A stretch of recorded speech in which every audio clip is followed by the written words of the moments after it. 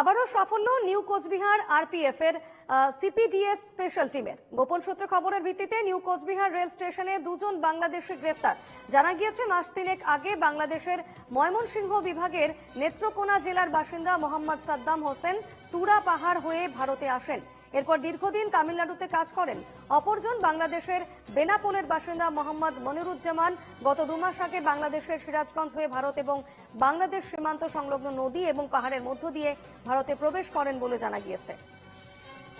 এ বিষয়ে বিস্তারিত জানবো, আমাদের সঙ্গে টেলিফোনে রয়েছেন প্রতিনিধি অমিত সরকার। অমিত, বিস্তারিত কি তথ্য রয়েছে এই মুহূর্তে?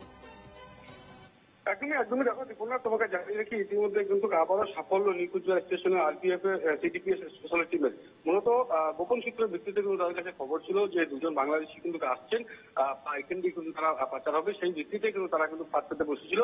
সেই অনুপাতেই কিন্তু গত স্টেশনে কিন্তু যখন তারা নামেন এবং তারপরে কিন্তু তাদেরকে আটক করে এবং তারপরে যেটা জানতে পাওয়া যাচ্ছে যে তাদের প্রায় 3 মাস থেকে একজন এসেছিলেন আসামের চূড়া হয়ে কিন্তু তারা কিন্তু ভারতে প্রবেশ করে এবং তারপরে তামিলনাড়ুর কিন্তু সেখানে সেন্টার ফ্যাক্টরিতে কাজ করছিলেন দীর্ঘদিন ধরে।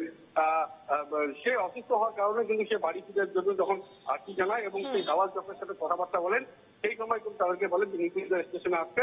সেই মোতাবেক কিন্তু তারা কিন্তু নিউ কোচবিহারে আসেন এবং সেখান থেকে কিন্তু দালাল চক্রকে তারা ফোন করতে থাকবে।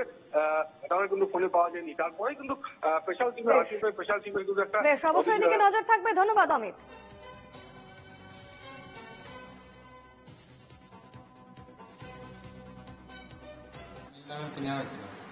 তামিলনাড়ু থেকে আমি অসুস্থ হয়ে পড়ছি, পরে সবাই বলছে লেগেছে। পরে আর দালালে আমার কইছে কোচবিহার আসার জন্য। কোচবিহার আসি, আসার পরে ফোন দেওয়া আসে না।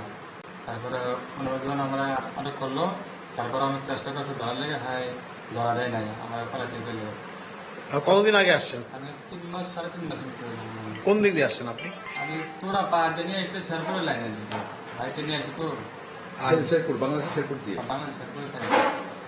আপনার বাড়ি কোথায় বাংলাদেশে? বাড়ি ময়মনসিংহ নেত্রকোনা। বাংলাদেশের ময়মনসিংহে বাড়ি আপনার? এখানে আসে ব্যাঙ্গালোরে ছিলেন? তামিলনাড়ুতে কি কাজ করতেন? একটা নদীর পাতে বসছে, আর বাগান মানে অনেক পাহাড় ছিল, পাহাড় তলাতে বসছে। জায়গাটার নামটা জানো না? কোন রাজ্য? কি গঞ্জ? সিরাজগঞ্জ। সিরাজগঞ্জ তো বাংলাদেশে। আপনাদের বাড়ি কোথায়? তাদের কাছে একটা ইন্টেলিজেন্স ইনপুট ছিল আর কি, যে কিছু একজন হোক দুজন হোক ওরা এসছে আর কি। তো ওই হিসাবে আমরা একটা টিম বানিয়ে